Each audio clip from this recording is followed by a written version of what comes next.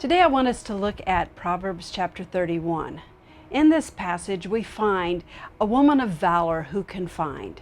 It's the story of the Eshet Chayil, which in Hebrew is the word for a woman of valor.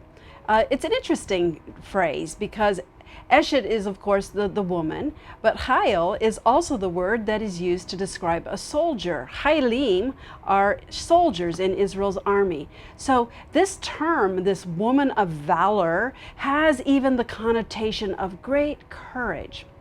Well, one of the things that I have loved living in Israel is to see how this passage of Scripture is used.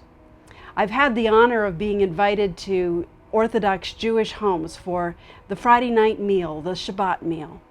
And part of the evening, which is very leisurely and the best food and everybody dresses the nicest they can, the table is set beautifully. But part of the evening is when the husband blesses his wife in the company of his children and all their guests. And before everyone, he tells everyone how wonderful she is, and he reads this passages of Scripture over her. I find this quite refreshing to see how much honor is given to the mother, to the wife. Now you might read this passage and think, how could one woman do all of those things? Well, even in Jewish thought, they don't really consider that one woman could do everything. It's more like permission is given to a Jewish woman to be involved in any kind of endeavor that she can excel at. Maybe it's making clothes for her household, or maybe it's being involved in business, going out and buying fields and selling them.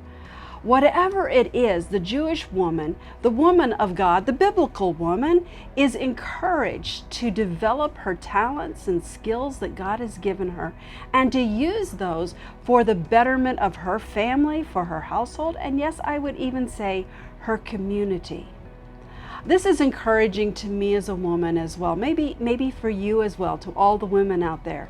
God has given us talents and He expects us to use them for His glory and for His kingdom.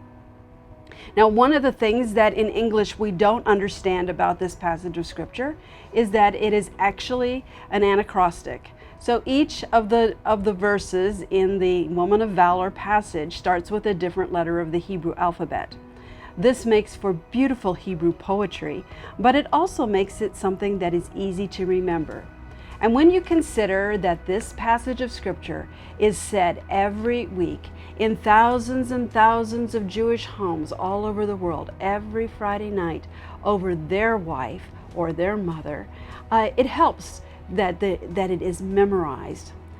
I want to just encourage you as we read through the Bible with the Ignite the Truth campaign this year, to check into it a little bit deeper. What did it mean in the culture?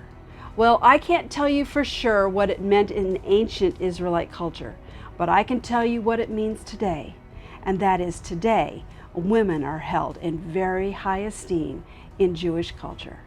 May we all hold one another in high esteem as we love as Jesus told us to love, loving God and loving each other. That's what it's all about.